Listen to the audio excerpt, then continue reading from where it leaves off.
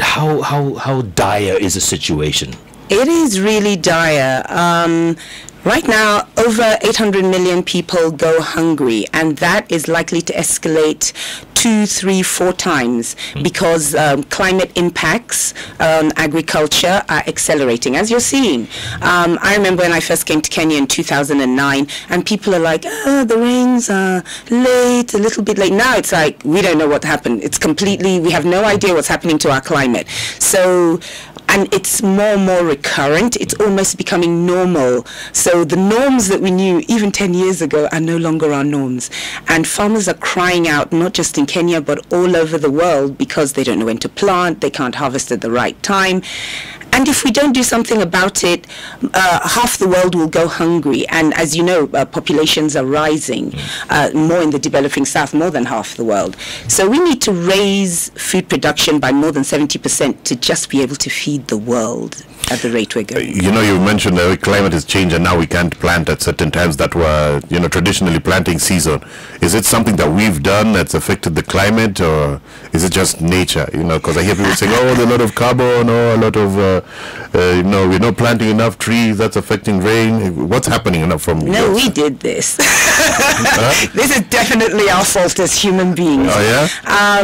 Mostly we didn't know. We industrialized quickly. We did this, and when I'm saying we, I mean the global north, not the global south, in terms of industrialization, with railways, with cars, with the way people live. So the emissions, the carbon that went into the atmosphere changed the atmosphere.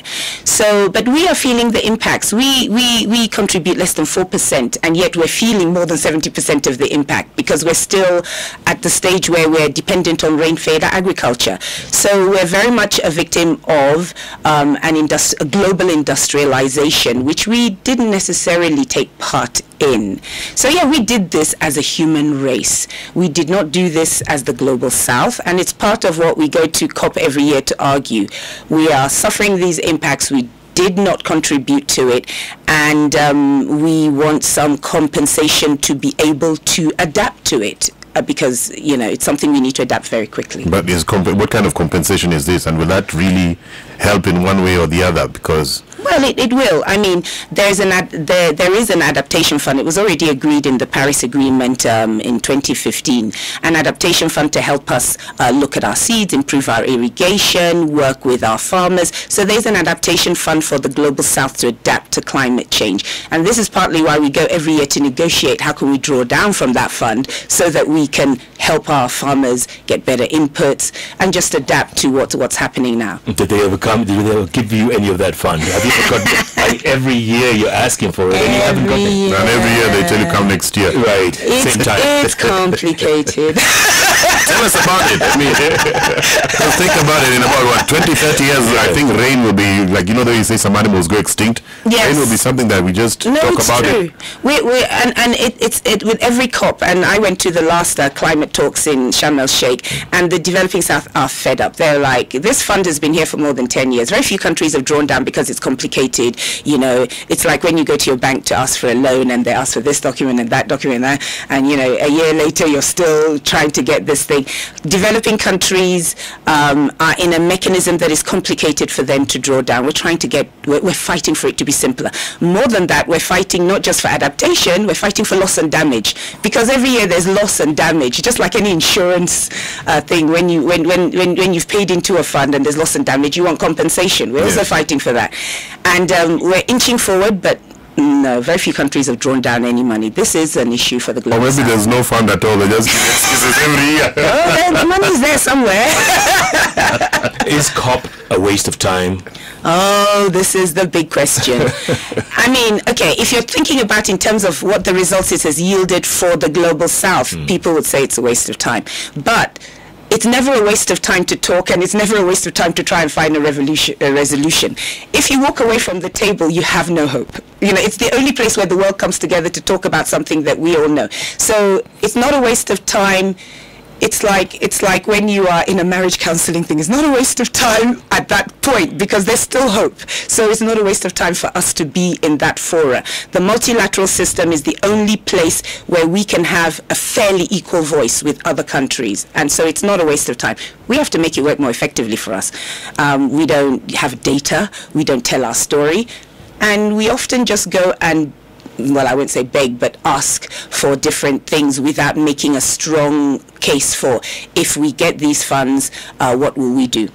I'm very encouraged by this government with a president who's a scientist, who is harder in terms of his negotiation around climate. He's like, I'm a man of action. I want results. I want what is going to change things. I don't want to talk anymore. And so I'm hopeful that by the next COP, Kenya will play a bigger role because it has a voice that has taken a different tone to the negotiations. Before that COP comes, what can we as individuals do? You know, what role can we play? I hear people talking about planting trees, and then you say we'll do it in the next couple of months. But before the next couple of months comes, what can we do as individuals to help? Well, as individuals, there is a movement around individual impacts, and there is individual impact, and Kenya has done a lot with plastic waste and looking at your personal ecological imprint. Yes, you can do that.